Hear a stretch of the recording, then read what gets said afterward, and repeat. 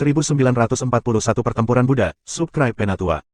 Hansen menggendong Hai saat dia berlari, tapi itu bukan karena dia bersimpati padanya. Dia menginginkan seorang saksi. Jika dia memilikinya, itu mungkin terbukti berguna di masa mendatang.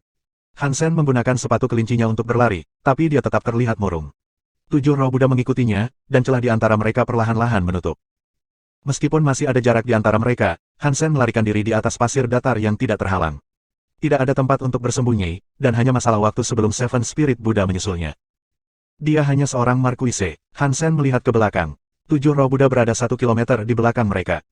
Haier terkejut, dan dia berkata, 7 roh Buddha adalah seorang markuise, tapi dia adalah seorang jenius di antara Buddha. Dan Burning Lamp Alpha mengajarinya secara pribadi. Aku takut bahkan Duke tidak bisa menyaingi dia. Kamu harus lari, karena dia akan datang. Petik 2. Hansen ingin berlari lebih cepat, tetapi dia masih seorang Viscount. Dia sudah bergerak secepat yang diizinkan oleh sepatu. 7 roh Buddha, kenapa kamu mengejarku? Hansen berteriak saat dia berlari. 7 roh Buddha berkata dengan muram, Amitabha. Dia tidak mengatakan apa-apa lagi. Dia hanya fokus pada pengejarannya pada Hansen, dan dia perlahan-lahan terhuyung-huyung di jarak di antara mereka. Haier tampak muram, dan dia berkata, sepertinya dia benar-benar ingin membunuhmu. Ini buruk, kawan. Jika kita tidak mencapai tujuan kita, kita akan mati. Petik 2. Hansen tiba-tiba menamparkan tubuh Hai, mengirimkan gelombang energi ke dalam dirinya. Dia mendapati dirinya tidak bisa bergerak. Dia tidak bisa menggeliat, dan dia juga tidak bisa berbicara. Berhenti berbicara. Aku bisa kehilangan dia, kata Hansen kepada Haier saat dia melompat ke gundukan pasir. Tapi Hansen tidak melompat ke sana untuk tetap berada di tempat tinggi. Dia meluncur ke sisi lainnya, dan dia menggunakan ketinggian bukit pasir untuk mengaburkan penglihatan 7 roh Buddha. Saat Hansen tidak terlihat, dia menepuk Little Invisible. Kemudian, kekuatan warna-warni yang aneh membungkusnya. Hansen bisa berbaur dengan gurun itu sendiri. Tidak ada penglihatan yang bisa mendeteksi mereka. Setelah melintasi 1000 meter lagi, Seven Spirit Buddha mencapai bukit pasir. Kemudian, dia mulai melihat sekeliling. Puan Han, aku tahu kamu ada di sini. Datang dan lawan aku, murid Knife Queen. Setidaknya mati dengan bermartabat, Seven Spirit Buddha bergemuruh. Tapi tidak ada yang menanggapinya. Seven Spirit Buddha tidak beranjak dari posisinya saat dia melihat ke atas gurun. Dia menggerakkan bibirnya, dan sebuah suara keluar dari mulutnya. Angin puyuh bertiup, dengan cepat berputar menjadi badai pasir yang mencekik. Itu memiliki diameter 1000 meter, dan ketebalannya melukisnya seperti kabut kuning. 7 roh Buddha yakin Hansen ada di sana, dan dia ingin menggunakan badai pasir untuk mengungkapkannya. Tetapi ketika badai pasir mereda, dia tidak dapat melihat apapun. Itu sunyi, dan dia tidak bisa melihat Hansen. Apakah dia baik dengan elemen tanah? 7 roh Buddha berbicara pada dirinya sendiri. Dia melihat sekeliling dan memberanikan diri ke arah tertentu. Lalu, dia menghilang. Di langit, Haier melihat 7 roh Buddha lenyap. Dia ingin Hansen membebaskannya, tapi dia tidak punya suara untuk diajak bicara. Dia berteriak dalam benaknya, Asteris Sole. Biarkan aku pergi. Kamu sengaja menyentuhku. Petik 2. Dia hanya bisa memikirkan hal-hal ini, karena dia masih belum bisa mengendalikan mulutnya. Hansen ada di udara, dan dia tidak mundur. Dia juga tidak membebaskan Haier. Dia perlahan terbang lebih tinggi dan lebih tinggi. Dia melayang begitu lambat, seolah-olah dia tidak bergerak sama sekali. Pengecut, 7 roh Buddha hilang. Kenapa kamu masih berhati-hati? Biarkan aku pergi. Haier berteriak di dalam hatinya. Dahi Hansen berkeringat. Dia hanya seorang Viscount, dan terbang perlahan membutuhkan lebih banyak energi daripada terbang cepat. Dan di atas semua itu, dia memegang Haier. Itu menghabiskan lebih banyak energi. Setelah 10 menit, dia menempuh perjalanan 1 kilometer. Haier akan menjadi gila, karena tidak bisa bergerak atau berbicara. Jika dia bisa, dia akan berteriak pada Hansen. Tiba-tiba, Haier melihat gundukan yang sama dengan 7 spirit Buddha berdiri di atasnya. 7 roh Buddha muncul di sana sekali lagi. Dia mengenakan jubah putih, berdiri di atas bukit pasir. Seolah-olah dia tidak bergerak sama sekali. Haier terkejut, dan dia berpikir, aku melihatnya pergi. Kenapa dia masih di sini? Bisakah dia berteleportasi? Petik 2. Di tengah keterkejutan Hai, 7 roh Buddha bergumam metsa untuk dirinya sendiri. Sebuah cahaya kemudian keluar dari tubuhnya, bersinar dengan aneh dari dadanya. Sepertinya 7 roh lain muncul darinya dan berjalan sendiri-sendiri. Tidak lama kemudian, 7 roh lainnya muncul dari masing-masing ke 7 roh. Mereka semua pergi ke arah yang berbeda, tetapi 7 roh Buddha yang asli masih berada di atas bukit pasir asli. Setelah beberapa saat, dia pergi ke barat. Klon Buddha, dia kuat. Haier mengerti bahwa 7 roh yang dia lihat sebenarnya hanyalah klon. Tapi menghasilkan klon seperti itu adalah sesuatu yang hanya bisa dilakukan oleh Buddha kelas raja. Seven Spirit Buddha hanyalah markuise. Kemampuannya untuk menghasilkan 7 klon untuk mencari mereka sangat menakutkan. Haier sangat senang sekarang karena Hansen belum membebaskannya. Jika dia membuat keributan, 7 roh Buddha akan segera tahu di mana mereka berada. Orang ini cukup bagus. Dia hanya Viscount, tapi dia punya kecepatan seperti itu. Aku tidak tahu harta karun apa yang dia kumpulkan untuk membuatnya begitu cepat, pikir Hai.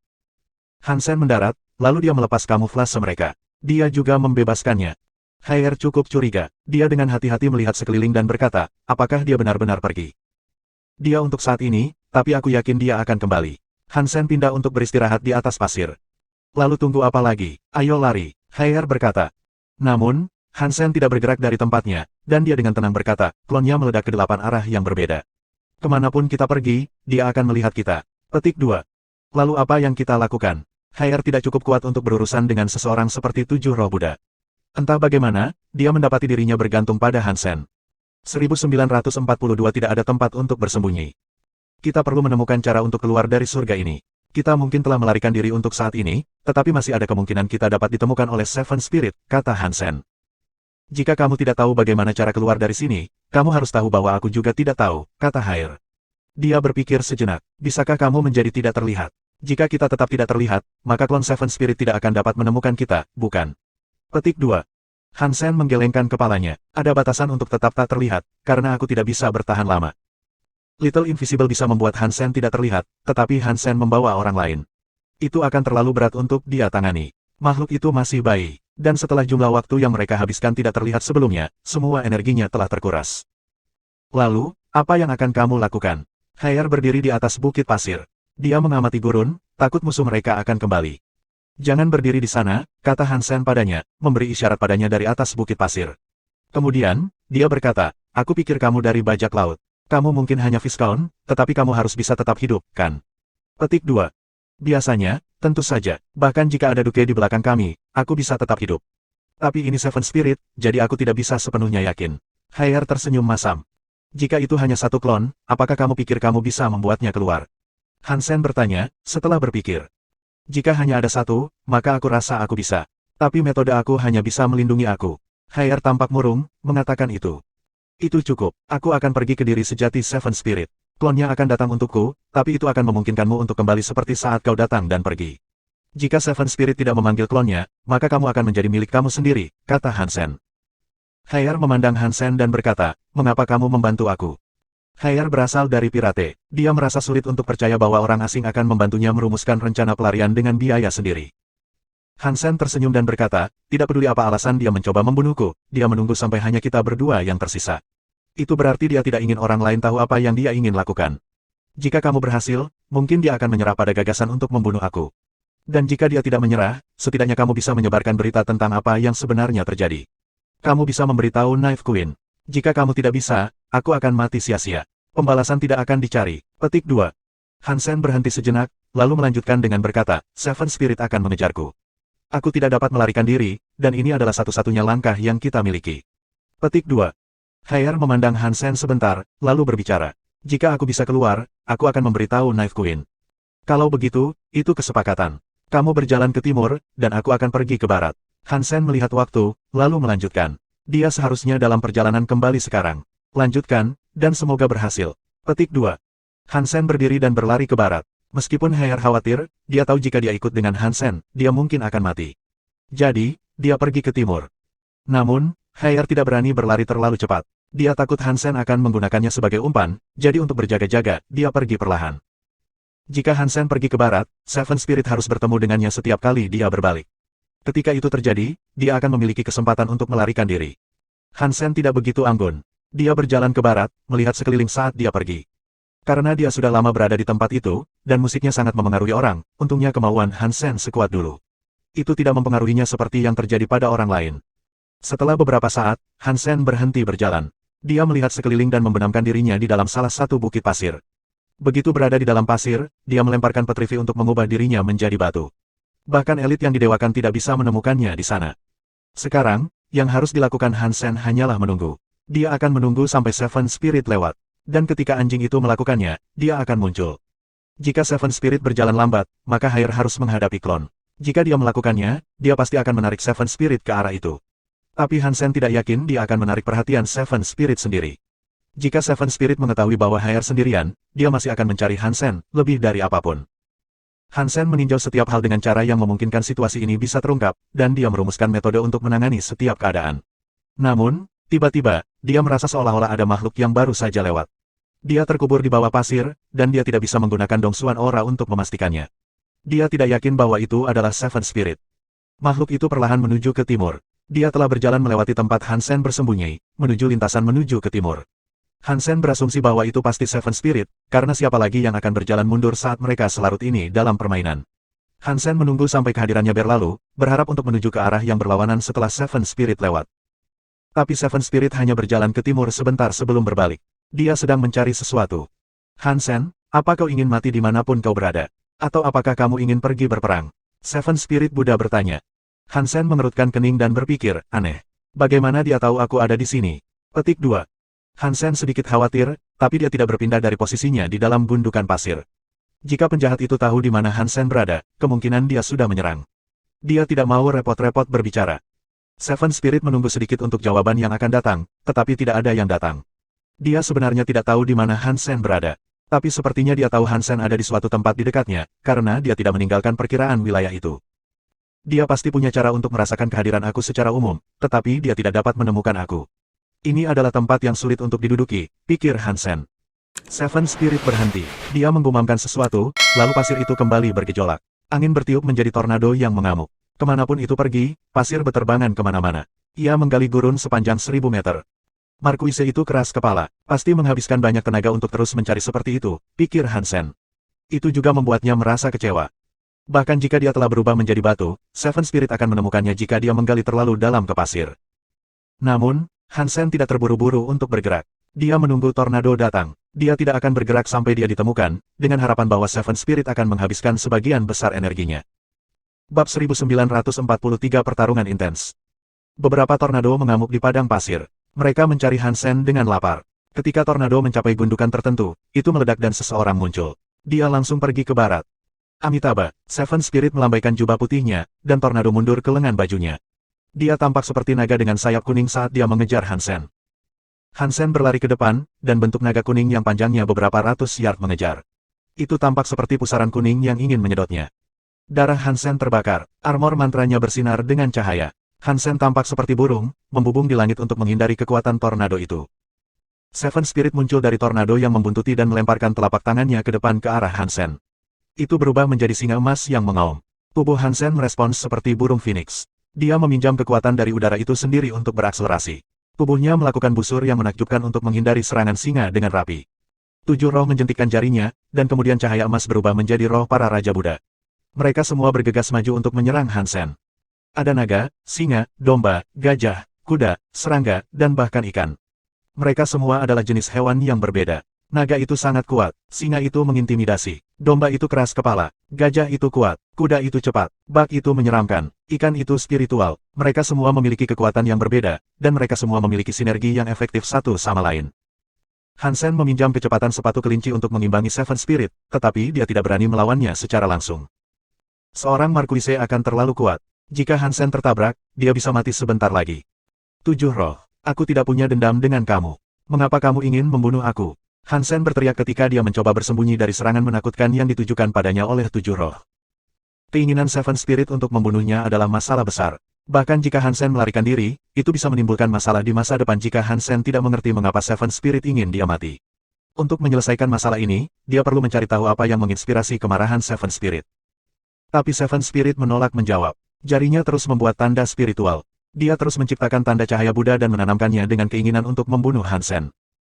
Hansen melihat Seven Spirit tidak akan menjawab, jadi setelah menghindari serangan tanda roh berikutnya, dia berkata, aku tahu.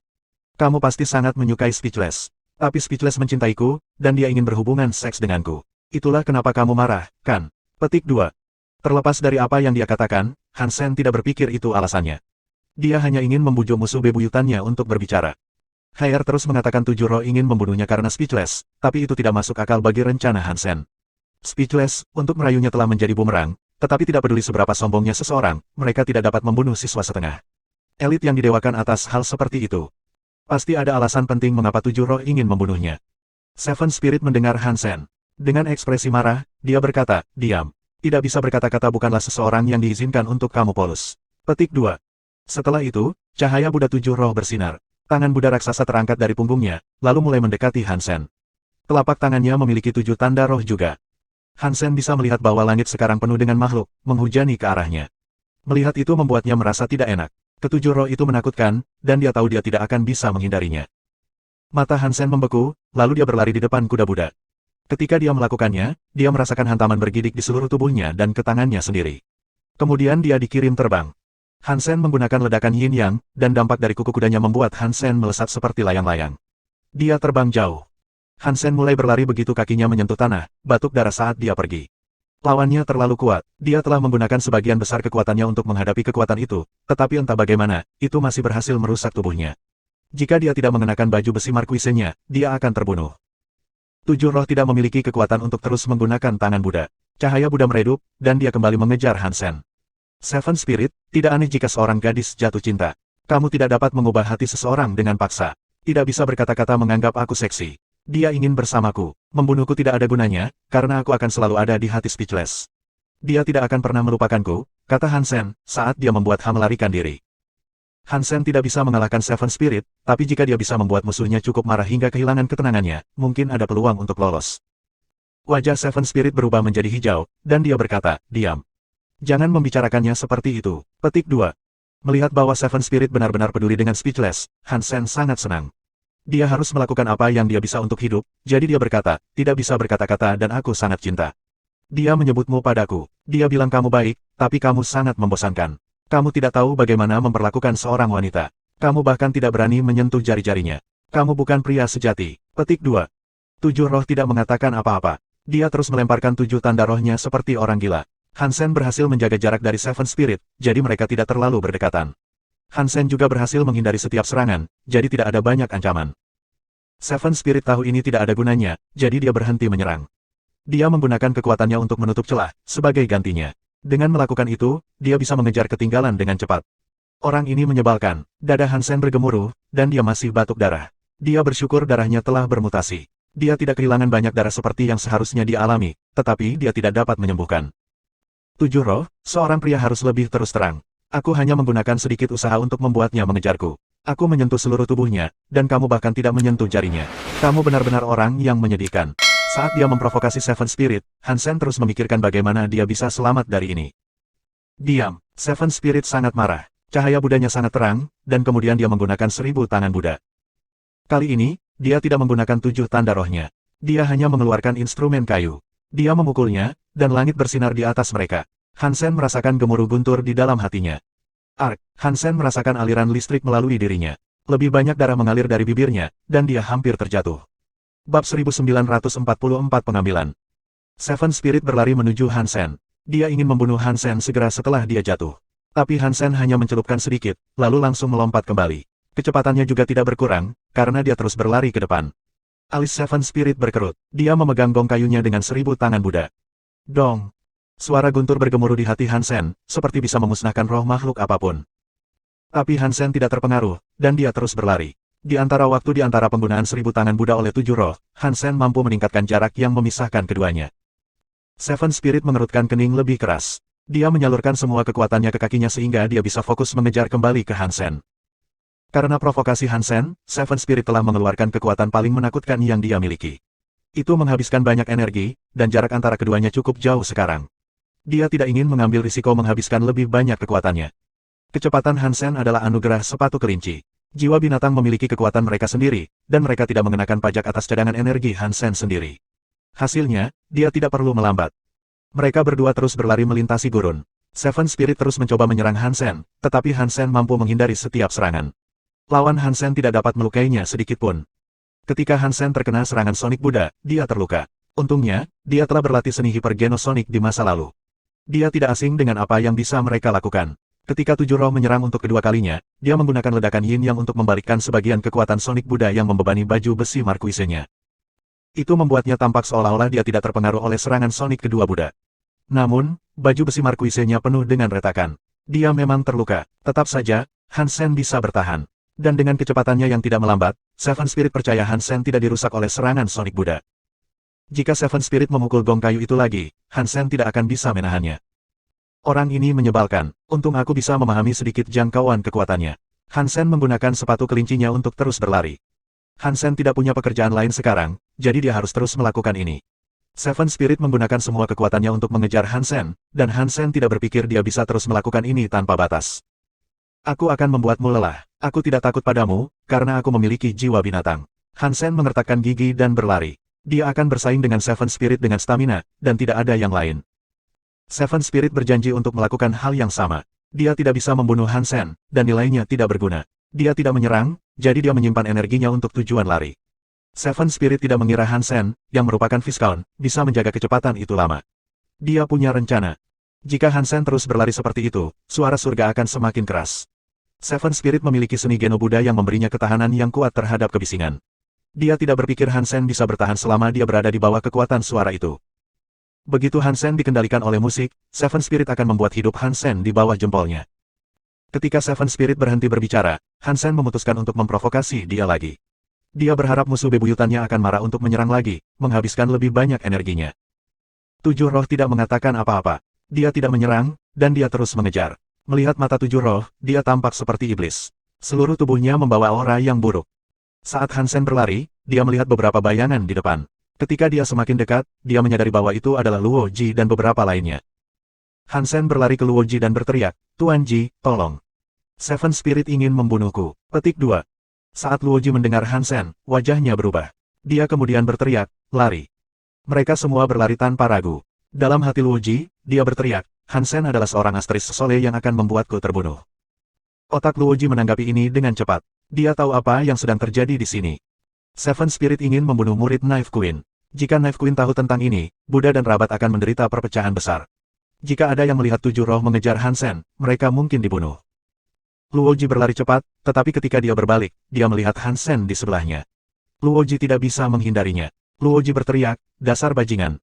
Kami tidak punya dendam padamu. Mengapa membawa kami membahayakan?" Hansen berpikir, "Kamu melakukan hal yang sama padaku di makam iblis, ini adalah kamu mendapatkan gurun kamu saja." Petik 2. Hansen memiliki sepatu kelincinya, jadi dia bisa berlari lebih cepat dari Luo Ji. Ketika Hansen akan melewati mereka, dia melompati kepala mereka. Luo Ji tahu dia tidak bisa membiarkannya lewat. Jika dia melakukannya, tujuh roh akan menghubunginya lebih dulu, dan Luo Ji serta rakyatnya akan terbunuh. Luo Ji berteriak, "Blokir dia." Setelah itu, dia mengeluarkan pisaunya dan mencoba memotong Hansen. Pisau itu datang ke arah Hansen seperti iblis. Asap hitam meluncur ke arah Hansen, dan itu membuat penonton berpikir tidak ada cara baginya untuk memblokirnya. Iblis di sekitar Luo Ji juga mencoba menyerang Hansen. Mereka tidak berlatih sutra iblis langit, dan mereka juga tidak memiliki kekuatan iblis langit. Yang mereka gunakan hanyalah seni Geno. Tapi mereka semua adalah Earl. Dan ada Marquise di tengah-tengah mereka. Ketika mereka menyerang, mereka melakukannya dengan kekuatan besar. Hansen tidak bergerak, dan kekuatan Sky Demon menghantam Hansen. Begitu pula yang lainnya, dengan serangan menakutkan mereka. Tubuh Hansen meledak seperti balon air. Di atas kepala mereka, tubuh Hansen muncul kembali. Dia terbang tepat di atas mereka seperti kilatan cahaya. Apa yang mereka serang adalah salah satu klon Hansen. Dia memproduksinya dari skill moon-nya. Berpisah. Luo Ji tidak bisa mencegah gerak maju Hansen, jadi dia membentak perintah dan lari. Setiap demon pergi ke arah yang berbeda. Hansen, melihat Luo Ji merespon begitu cepat, mengira dia adalah seorang jenius. Tapi meski begitu, dia sama jahatnya dengan rubah tua. Hansen berharap kru bisa mengulur waktu, tapi sepertinya itu tidak mungkin terjadi. Mereka semua lari terpisah, dan tujuh roh Buddha tidak mampu mengejar untuk membunuh mereka semua. Tidak ada gunanya membunuh mereka, dan dia tampaknya membiarkan mereka pergi. Namun, apa yang terjadi selanjutnya mengejutkan Hansen. Tujuh roh bersinar dengan emas. Tubuhnya menjadi emas, dan dia berkembang 3 meter ke segala arah. Setiap sisi kepalanya menumbuhkan wajah ekstra, dan tubuhnya menumbuhkan 6 lengan tambahan. Dia memiliki 8 lengan dan 4 wajah. Dia tampak seperti patung Buddha yang aneh. Orang ini adalah seorang Xenogeneik. Wajah Hansen berubah, dan dia tahu apa yang akan dia lakukan. Membahayakan. Hansen berpikir, kamu melakukan hal yang sama padaku di makam iblis, ini adalah kamu mendapatkan gurun kamu saja. Petik 2. Hansen memiliki sepatu kelincinya, jadi dia bisa berlari lebih cepat dari Luo Ji. Ketika Hansen akan melewati mereka, dia melompati kepala mereka. Luo Ji tahu dia tidak bisa membiarkannya lewat. Jika dia melakukannya, tujuh roh akan menghubunginya lebih dulu, dan Luo Ji serta rakyatnya akan terbunuh. Luo Ji berteriak, "Blokir dia." Setelah itu, dia mengeluarkan pisaunya dan mencoba memotong Hansen. Pisau itu datang ke arah Hansen seperti iblis. Asap hitam meluncur ke arah Hansen, dan itu membuat penonton berpikir tidak ada cara baginya untuk memblokirnya. Iblis di sekitar Luo Ji juga mencoba menyerang Hansen. Mereka tidak berlatih sutra iblis langit, dan mereka juga tidak memiliki kekuatan iblis langit. Yang mereka gunakan hanyalah seni Geno. Tapi mereka semua adalah Earl. Dan ada Marquise di tengah-tengah mereka. Ketika mereka menyerang, mereka melakukannya dengan kekuatan besar. Hansen tidak bergerak, dan kekuatan Sky Demon menghantam Hansen. Begitu pula yang lainnya, dengan serangan menakutkan mereka.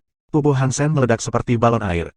Di atas kepala mereka, tubuh Hansen muncul kembali. Dia terbang tepat di atas mereka seperti kilatan cahaya. Apa yang mereka serang adalah salah satu klon Hansen. Dia memproduksinya dari skill Moon-nya. Berpisah, Luoji tidak bisa mencegah gerak maju Hansen, jadi dia membentak perintah dan lari. Setiap demon pergi ke arah yang berbeda.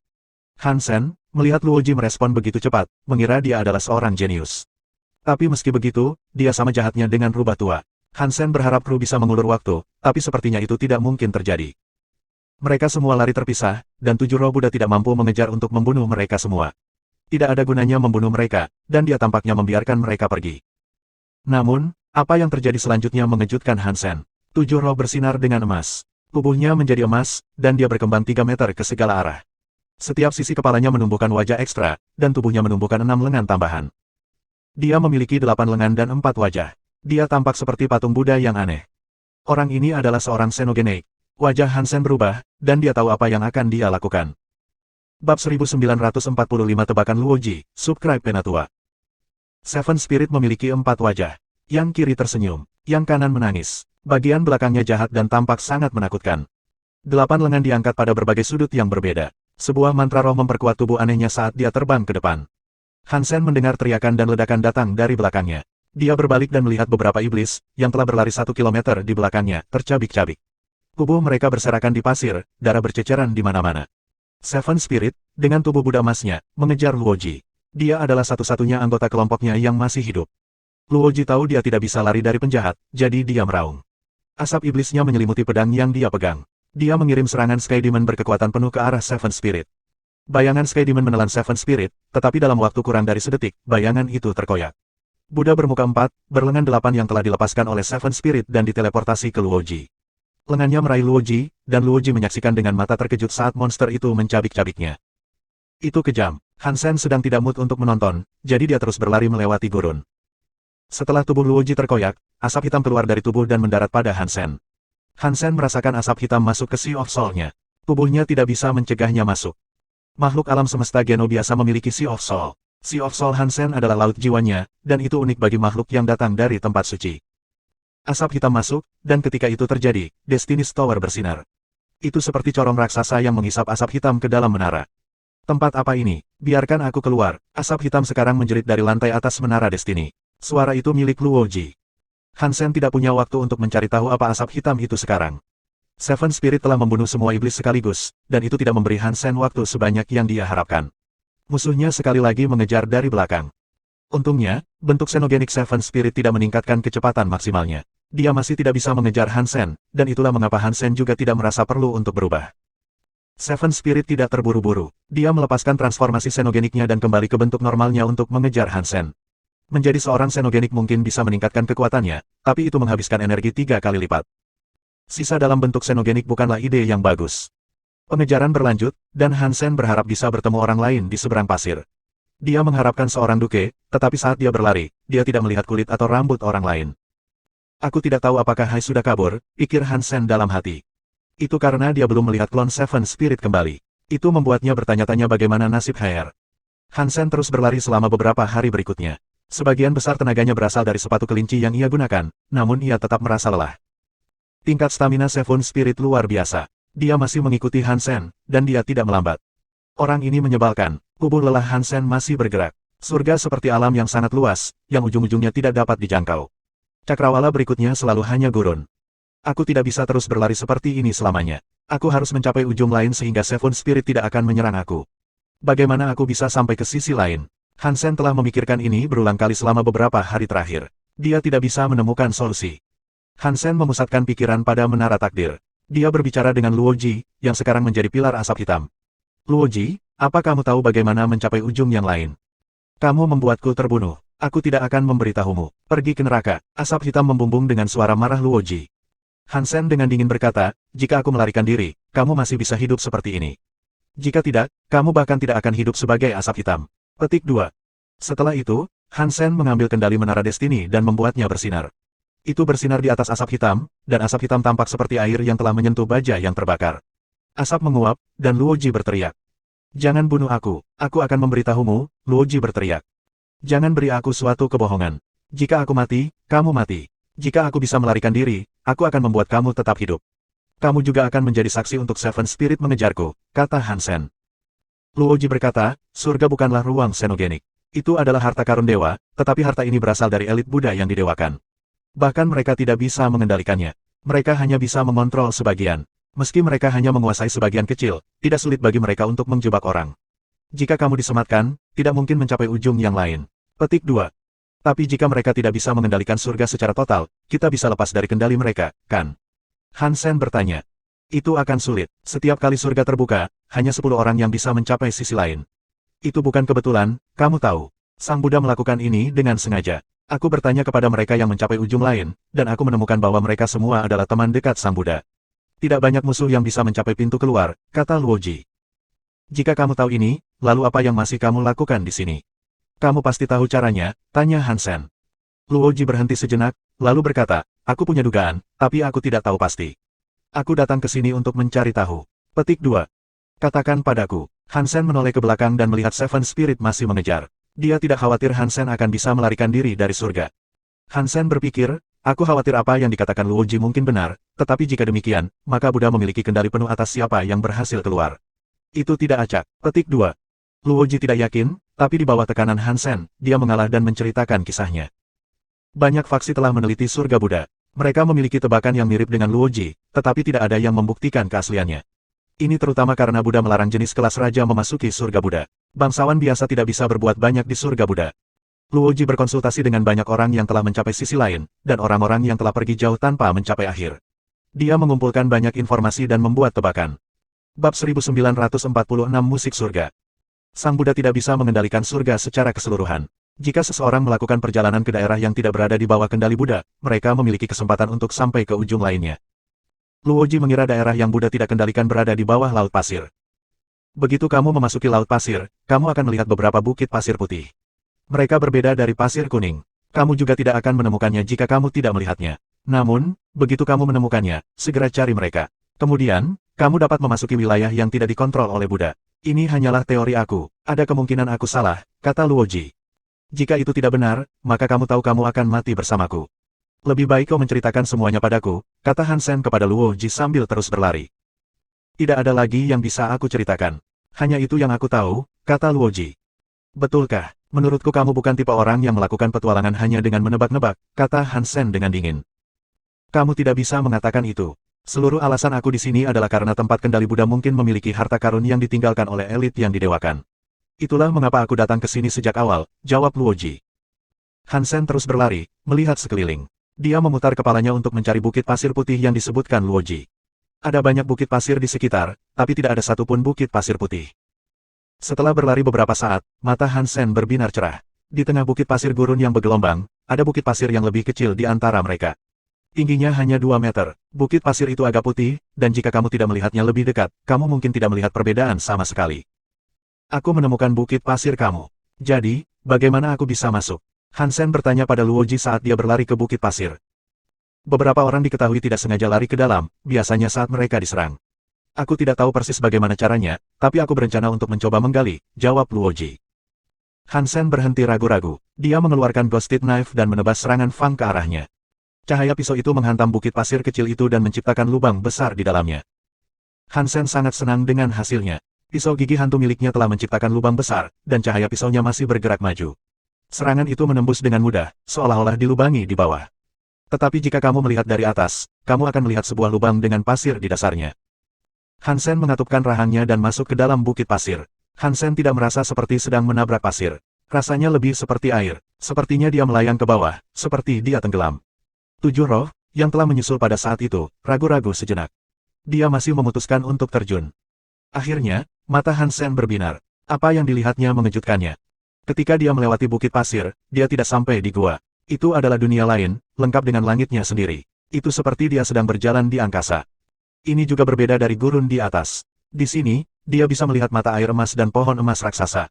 Setiap pohon memiliki kuil emas. Cahaya bersinar di mana-mana. Ada kabut Buddha yang menutupi sebuah kuil, memecah cahayanya menjadi banyak warna. Itu tampak seperti surga sendiri, tetapi tidak ada rasa sakit dan kekerasan seperti di surga di atas. Apakah ini surga yang sebenarnya? Hansen mengerutkan kening karena musik di sana lebih kuat. Bahkan dia mulai merasakan tekanan itu. Kakinya gemetar, dan sepertinya dia akan mulai menari. Hansen menggunakan keinginannya untuk mendapatkan kembali kendali atas tubuhnya. Sebelum dia bisa memutuskan kemana harus pergi, dia mendengar suara dan 7 roh turun di belakangnya.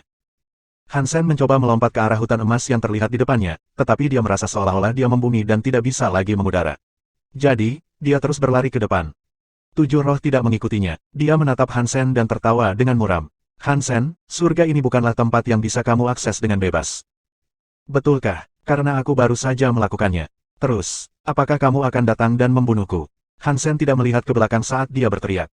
Jika kamu terus berjalan, kamu akan mati tanpa aku mengangkat satu jari pun, kata Seven Spirit singkat. Hansen ingin mengatakan sesuatu lebih, tapi 7 roh melanjutkan. Sudah hampir waktunya. Dan kemudian bel berbunyi. Otak Hansen terasa seperti baru saja meledak. Dia hampir roboh ke tanah. Denting bel jauh lebih kuat daripada musiknya. Seven Spirit menempatkan hanya dan di depannya. Kemudian, cahaya Buddha bersinar. Dahinya mengeluarkan keringat dingin dengan kesulitan apa yang dia casting. Seven Spirit dengan dingin menatap Hansen, yang terbaring di tanah. Dia berjalan menuju Hansen dengan cahaya Buddha. Dia berubah menjadi wujud Buddha berlengan 4 dan 8 dan berkata, meninggal di hadapan musik seperti itu adalah keberuntunganmu. Hansen ingin mengatakan sesuatu, tetapi dia mendengar bel berbunyi lagi. Dia tidak tahu dari mana asalnya, tapi itu bergema di seluruh dunia. Hansen tergeletak di tanah, dan dentang bel membuatnya batuk darah lagi. Seven Spirit, kenapa kamu ingin aku mati? Hansen bertanya pada Seven Spirit, karena dia kesulitan berdiri garis bawah. Itu karena kamu pantas mati. 7 roh mengucapkan setiap kata dari keempat mulut. Mereka masing-masing memiliki nada yang berbeda, dan itu seperti 4 orang yang memberitahunya sekaligus. Itu terlihat sangat menyeramkan. Setelah itu, Seven Spirit setinggi 3 meter datang ke arah Hansen. 8 lengannya memiliki 8 tanda roh yang berbeda, dan mereka semua datang untuk menyerang Hansen. Naga, singa, domba, kuda, gajah, serangga, dan ikan, ketujuh lampu Buddha dikumpulkan dan dikirim bergegas menuju Hansen. Hansen berguling di lantai emas untuk menghindari serangan 7 mark. Kemudian, dia bangkit dan berlari menuju hutan emas lagi. Tapi musik surgawi semakin keras dan keras. Hansen mulai kehilangan kendali atas tubuhnya. Dia mulai menari sedikit, hal yang sangat lucu untuk dilihat. Seven Spirit, yang berada di belakang Hansen, tahu dia mengalami kesulitan berjalan. Seven Spirit sendiri sudah berubah menjadi xenogeneik, tetapi dia kehilangan kendali. Hansen mengikuti musik dan terus berlari dengan cara yang sama, menari sambil berjalan. 7 roh tidak bisa membunuhnya, tetapi Hansen telah diserang oleh roh-roh itu, dan dia mengalami luka. Seven Spirit menggunakan roh singa untuk menyerang Hansen, tapi lengannya bergerak-gerak. Singa itu mendarat di tanah emas dan tidak menyentuh Hansen. Seven Spirit, kamu akhirnya tidak bisa menangani musik ini lagi. Hansen tiba-tiba tertawa. Dia menepis kotoran di depannya dan berdiri. Dia tampak sangat lesu, seolah-olah musik tidak memengaruhinya sama sekali. Mustahil, wajah Seven Spirit mengendur. Bab 1947 Kepemilikan Dewa Langit, Subscribe Penatua. Orang biasa tidak tahan dengan musik, dan dentang bel jauh lebih melelahkan. Bahkan 7 roh sendiri, yang telah mempraktikkan seni Geno Buddha dan memperoleh bentuk Buddha bermuka 4, berlengan 8, mengalami kesulitan di bawah penindasan lonceng. Dia kehilangan kendali atas tubuhnya. Hansen adalah seorang Viscount, namun dia lolos dari musik. 7 roh hampir tidak bisa mempercayainya. Musik surgawi biasa dan bel bukanlah serangan fisik, mereka lebih seperti menyiksa pikiran. Tapi ini adalah departemen di mana Hansen unggul. Keinginannya sekuat elit yang didewakan, jadi dia tidak terpengaruh oleh musik Buddha Heaven. Dia berpura-pura terpengaruh sehingga dia bisa memikat 7 roh ke depan dan memastikan bahwa Buddha tidak akan menyerah mengejarnya. Sekarang, 7 roh telah jatuh di bawah pengaruh lonceng. Dan itu berarti sudah waktunya Hansen menyerang balik. Sepatu kelinci Hansen bergerak kabur, melemparkannya ke depan seperti bayangan. Pisau gigi hantu mengeluarkan cahaya pisau ungu saat itu mengayun di Seven Spirit. Seven Spirit ingin melarikan diri, tetapi begitu dia mulai melakukannya, lengan dan kakinya mengepak-ngepak dalam tarian. Kakinya tidak mengikuti perintahnya, dan dia tidak bisa bergerak seperti yang dia inginkan. Pang! Cahaya pisau itu dipatahkan oleh tangan 7 roh. Tubuh Buddha bermuka 4 dan berlengan 8 cukup menakutkan. Wajah Hansen tidak berubah. Dia terus mengayunkan pisau gigi hantu dan menggunakan keterampilan pisau-pisau gigi. Tubuhnya terus berkedip di sekitar Seven Spirit. Seven Spirit tersandung ke belakang, menggunakan 8 lengannya untuk melawan Hansen. Tetapi pada waktu yang berbeda, beberapa bagian tubuhnya akan kehilangan semua kendali. Dia mulai membuat kesalahan yang tidak akan dia lakukan, sebaliknya. Hanya sesaat yang dibutuhkannya untuk membuat kesalahan besar. Meskipun tubuh Hansen lebih rendah dari Seven Spirit, melalui semua kesalahan itulah Hansen dapat melihat kekurangannya. Pisau ungu Ghosted Knife menebas Seven Spirit. Itu menciptakan percikan dan meninggalkan bekas putih di tubuh emasnya. Lalu, itu menghilang. Sungguh tubuh Xenogen yang kuat. Hansen kaget. Dia tidak banyak mengeluarkan kekuatan Ghosted Knife, tapi masih mudah baginya untuk membunuh seorang Earl. Fakta bahwa dia tidak dapat meninggalkan banyak tanda di tubuh tujuh roh berbicara banyak tentang betapa menakutkannya tubuh Buddha. Seven Spirit tampak geram, matanya bersinar emas, dan delapan lengannya mencoba membangkitkan semangat untuk menyerang Hansen.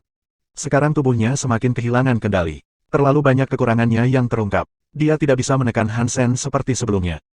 Hansen bergantung sepenuhnya pada sepatu kelincinya untuk kecepatan. Sarung tangan Ming merah memberinya peningkatan kekuatan. Dengan keduanya, Ghosted Knife terus menusuk tubuh Buddha bermuka 4 dan berlengan 8. Tapi serangannya hanya bisa meninggalkan goresan putih di seluruh tubuh emas. Kekuatan gigi tidak bisa menempel pada tujuh roh. Tujuh roh ingin melarikan diri dari surga sekarang, tetapi sudah terlambat. Dia mundur dengan cepat, tapi bel itu agak sering berdentang. Itu semakin memengaruhinya. Sebelum tujuh roh melarikan diri dari surga, tubuhnya jatuh seluruhnya ke dalam tarian. Dia tidak bisa menghentikan tarian aneh itu, dan dia tidak bisa keluar dari surga. Hansen sangat senang, dan dia terus menebas tujuh roh. Menggunakan Jadeskin dan Mutant Blood, ia mulai meninggalkan bekas dangkal di tubuh Buddha emas. Tapi itu sudah cukup. Jika dia bisa meninggalkan bekas, kekuatan gigi perlahan akan mulai merobek tubuh tujuh roh. Meski lambat, seiring waktu, itu sudah cukup baginya untuk membunuh tujuh roh dan tubuh Budanya. Seven Spirit terus meraung dengan keempat wajahnya. Dia ingin mengendalikan tubuhnya dan melarikan diri dari Buddha surga, tetapi tubuhnya telah dibajak oleh musik. Mendapatkan kembali kendali adalah tugas yang sangat sulit. Mengapa dia tidak terpengaruh? Mustahil. Seven Spirit Buddha menerima pukulan lagi dari Hansen. Matanya berkilau keemasan, dan dia tampak marah. Hansen ingin memotongnya beberapa kali lagi sebelum dia meninggalkan tempat itu. Ketika dia keluar, tanda itu akan membunuh penjahat itu secara perlahan. Tapi sebelum Hansen bisa menebasnya lagi, mata Seven Spirit tiba-tiba berubah menjadi emas. Api emas menyala, dan meledak untuk membungkus tubuh Seven Spirit. Tubuh yang telah terpengaruh oleh musik tiba-tiba menjadi diam, berkat nyala emas itu. Dia telah berhenti menari. Hansen, aku bilang kita akan bertemu lagi jadi di. Buddha bermuka 4, berlengan 8, yang diselimuti api, membuka keempat mulutnya untuk berbicara. Suara menakutkan keluar. King Jun, Hansen sekarang tahu siapa itu. Dewa Langit telah berada di balik segalanya selama ini. Pikiran Seven Spirit sepenuhnya di bawah kendali King Jun. Dan dalam wujud aslinya, dia tidak terpengaruh oleh Bell. Dia tertawa dengan kejam saat dia berjalan menuju Hansen. Dia berkata, Hansen, aku telah menunggu sangat lama untuk ini. Tapi jangan khawatir, aku tidak akan membunuhmu. Kamu adalah hidangan besar yang lezat untuk salah satu seperti 1.1 akan memanjakan ketakutan kamu, air mata kamu, dan kematian kamu. Petik 2. Suara penghinaan bergema di telinga Hansen. Hansen merasa tidak enak, tapi dia mengeluarkan bola kabut merah. Dia tidak bisa menghadapi Seven Spirit, dan sekarang ternyata dia dirasuki oleh Dewa Langit King Jun. Tidak mungkin Hansen bisa menang sekarang. Hansen berencana menggunakan Red Mist King untuk tawaran terakhirnya. Meskipun Red Mist King hampir tidak memiliki sisa jus di dalam tangki, dia akan membunuh Seven Spirit jika dia bisa mendaratkan serangan padanya. King Jun tampak sangat marah saat dia menyala dengan api emas. Kehadiran iblisnya sangat kuat, dan itu membuat tubuh Buddha bermuka 4, berlengan 8 terlihat lebih menakutkan. Sepertinya dia akan memakan orang. Ledakan. King Jun mengangkat jarinya dan mengumpulkan pusaran api panas di atasnya. Api mengumpulkan cahaya dan kekuatan api tujuh roh Buddha. Dia menggunakannya hanya sebentar, dan Hansen merasa dirinya terbakar. Keempat wajah itu tampak dipenuhi dengan kebencian keji. King Jun mengendalikan tubuh Seven Spirit. Jari-jarinya menembakkan api emas ke arah Hansen. Tapi tiba-tiba, sebuah tas tergantung di leher Seven Spirit. Tas itu dibakar oleh api emas. Ada kertas mantra kuning di dalamnya, dan hangus. Ketika terbakar, cahaya aneh keluar dari abu dan pergi ke dahi Seven Spirit. Ark, Hansen mendengar teriakan. Teriakan itu datang dari King Jun. Bab 1948 Soul Armor. Hansen berhenti di jalurnya. Dia tidak tahu apa yang baru saja terjadi. Mantra cahaya itu menempel di dahi tujuh roh. Itu bersinar terang, dan King Jun mulai menjerit saat itu bersinar. Siapa yang berani menipuku dengan cara seperti itu? Dewa Langit King Jun berteriak. Api emas mulai berkurang, dan Hansen melihat bayangan emas menggeliat di sekitar tubuh Seven Spirit. Itu berputar seolah-olah kesakitan, yang sangat menyeramkan untuk ditonton. Meskipun dia tidak tahu apa yang telah terjadi, Hansen tahu kesempatannya untuk bertindak telah tiba. Daripada terus menonton tontonan itu, dia bergerak maju untuk mengayunkan pisau gigi hantunya.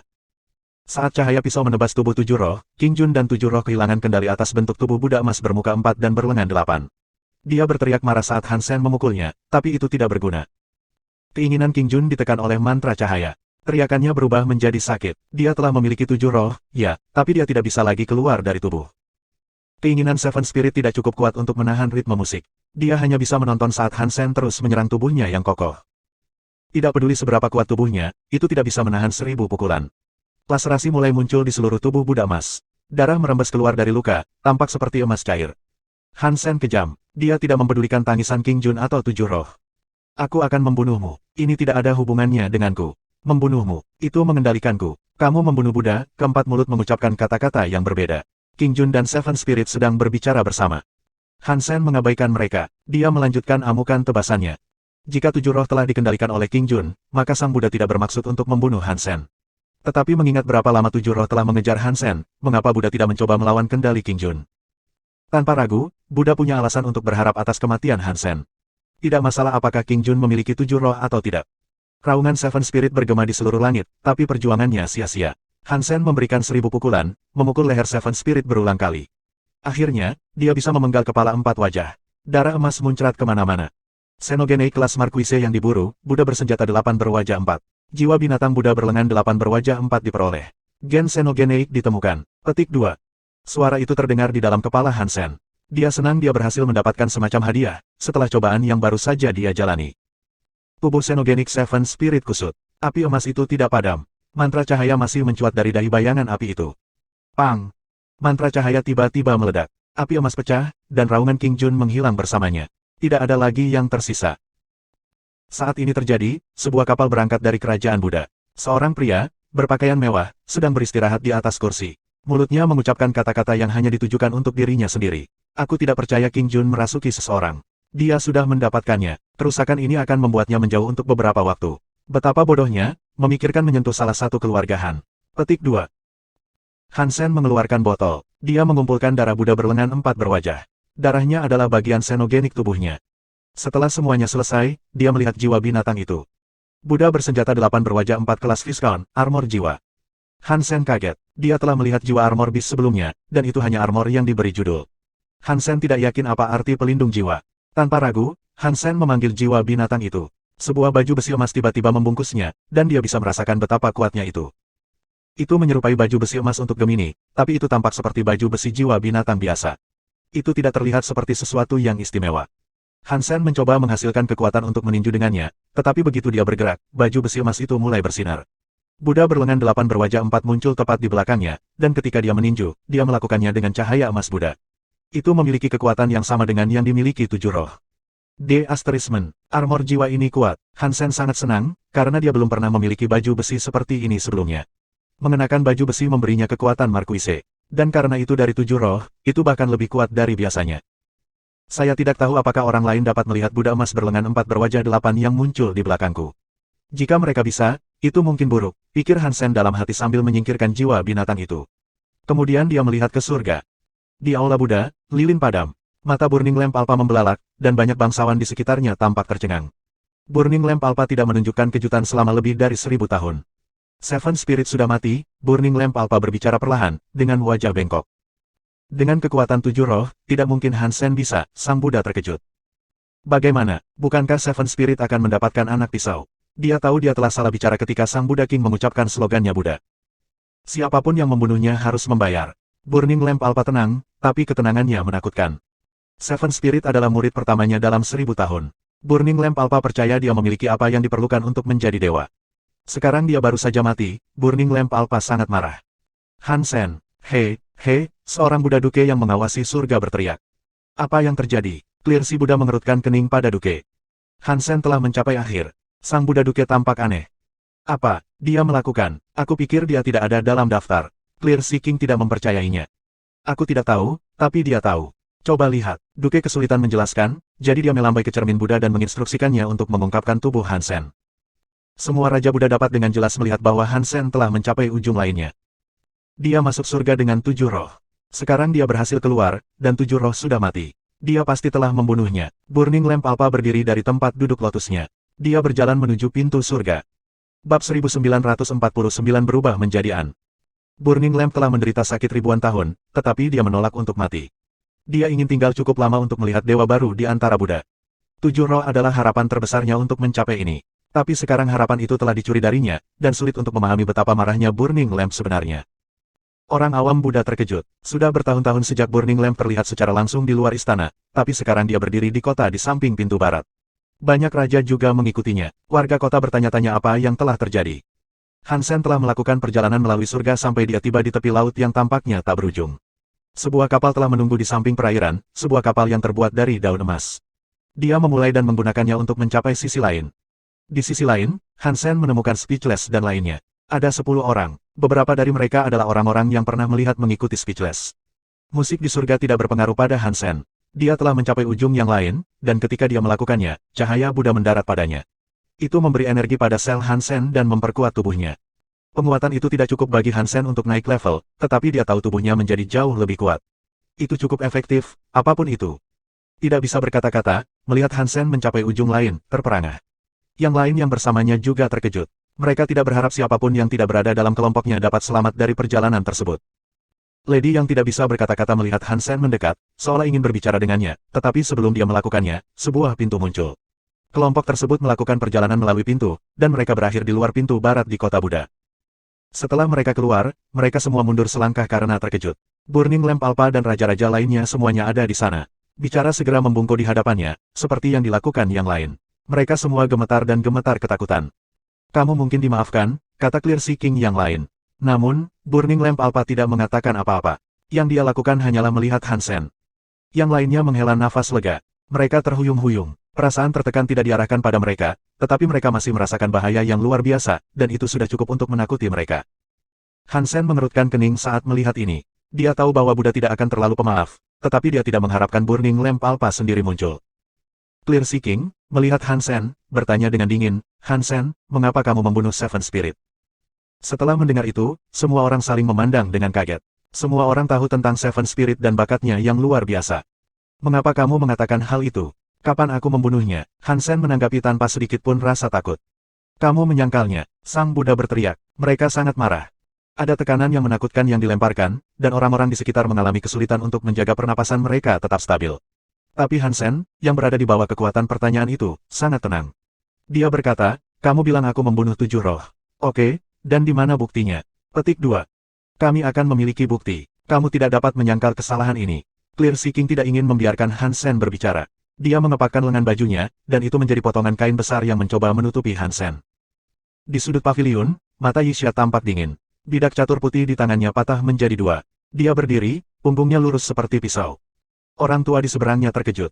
Dia meletakkan bidak catur hitam di papan. Paviliun itu berada dalam dimensi yang aneh, terpisah dari kenyataan dan dunia lainnya. Tanda Buddha, persahabatan kita berakhir di sini, kata Yixia, suaranya dingin. Dia menebas udara dan menerobos kain dimensional. Lalu dia melompat ke langit. Di depan pintu barat, lengan baju Clear Sea King akan membungkus Hansen. Tapi saat itu akan menjeratnya, cahaya pisau ungu merobek lengan baju. Yixia muncul tepat di depan Hansen, posturnya lurus dan anggun seperti ratu. Dia menatap tanpa emosi para Buddha di hadapannya, dan ketika dia berbicara, tidak ada rasa takut dalam suaranya. Lampu yang terbakar, kamu diilahikan. Tetapi jika kamu tidak memberi aku penjelasan atas pelanggaran ini hari ini, aku akan memastikan sendiri kehancuran kerajaan Buddha. Aku akan menghancurkan segalanya di sini tanpa penyesalan. Yixia berbicara perlahan, menatap langsung ke Burning Lamp Alpha. Beraninya kau, Ratu Pisau. Hanya karena Buddha memiliki hubungan yang baik dengan Rabat, itu tidak berarti kamu bisa tidak menghormati Alpha. Semua Raja Buddha mulai berteriak. Burning Lamp mengangkat kepalanya dan berkata dengan dingin, muridmu membunuh muridku. Bukankah itu cukup bagimu untuk mengetahuinya? Bukti, jawab Yixia sederhana. Burning Lamp menatap Yixia, dan dia menggerakkan tangannya. Tidak jelas bagaimana dia memindahkannya, dan tampaknya tidak ditujukan pada siapapun secara khusus. Tapi entah kenapa, Hansen telah ditangkap dari belakangnya. Yixia terlihat kedinginan, dan dia menebas ke arah Burning Lamp Alpha. Burning Lamp Alpha tidak melihat ke arah Yixia, namun dia menggerakkan telapak tangannya dengan sempurna seiring dengan serangannya. Serangan Yixia merobek udara, tapi sepertinya perlu melakukan perjalanan bermil-mil jauhnya sebelum bisa berharap untuk mencapai tangan itu. Hampir saja, namun begitu jauh. Tangan lain Burning Lamp, yang telah meraih Hansen, bersinar. Itu menutupi tubuh Hansen, dan kemudian tiba-tiba, Hansen berubah menjadi semut. Setelah Hansen berubah menjadi semut, Burning Lamp Alpha melemparkannya kembali ke Yixia. Dia dengan dingin berkata, demi kita semua, aku akan membiarkan dia hidup. Tapi lebih baik kau menontonnya. Petik 2. Setelah itu, Raja pergi dengan cahayanya. Saat Yixia memegang tubuh semut Hansen dengan hati-hati, dia terus memegang pisaunya. Dia tidak mencoba serangan lain, karena dia tahu itu tidak ada gunanya. Aku tidak akan berguna sampai aku menjadi dewa. Menjadi setengah dewa hanyalah lelucon. Yixia mengertakkan gigi, mencengkeram semut lebih erat, dan terbang menjauh. Balapan lain telah melihat apa yang dilakukan lampu pembakaran, dan mereka terkejut. Bahkan elit setengah dewa seperti Yixia tidak bisa berbuat apa-apa untuk menentangnya. Dia juga tidak bisa melindungi muridnya agar tidak berubah menjadi semut. Itu menakutkan untuk dipikirkan. Hansen juga kaget. Kekuatannya terlalu lemah bahkan untuk dia pertimbangkan untuk melawan. Dan kemudian Burning Lamp mengubahnya menjadi semut. Dia benar-benar merasa seperti telah berubah menjadi semut juga, itu tidak tampak seperti ilusi. 1950 konsumsi keterampilan, subscribe Penatua. Hansen, aku telah menyakitimu. Aku tidak percaya Buddha memiliki motif tersembunyi untuk mengundang aku ke sana. Kembali ke kapal, Yixia meletakkan semut di atas meja dan mendesah. Hansen ingin berbicara, tetapi dia tidak bisa. Dia telah menjadi semut, dan dia tidak bisa lagi menggunakan seni Geno apapun. Dia benar-benar seperti semut biasa. Hansen tidak takut dengan keadaan barunya. Dia mulai melompat-lompat di seberang meja, menulis sesuatu dari caranya bergerak. Beberapa barang yang dicuri oleh Burning Lamp. Dia mengambil knife blank milikku. Petik 2. Ketika Yixia melihat Hansen menulis ini, dia terlihat sangat gembira. Dia berkata, kamu masih punya keinginan sendiri. Aku sadar, iya, apa yang salah? Tulis Hansen. Seni Geno dari Burning Lamp dapat mengubah gen suatu makhluk. Dia bisa mengubah anggota ras yang lebih tinggi menjadi makhluk primal. Bahkan otak mereka direduksi menjadi setingkat binatang.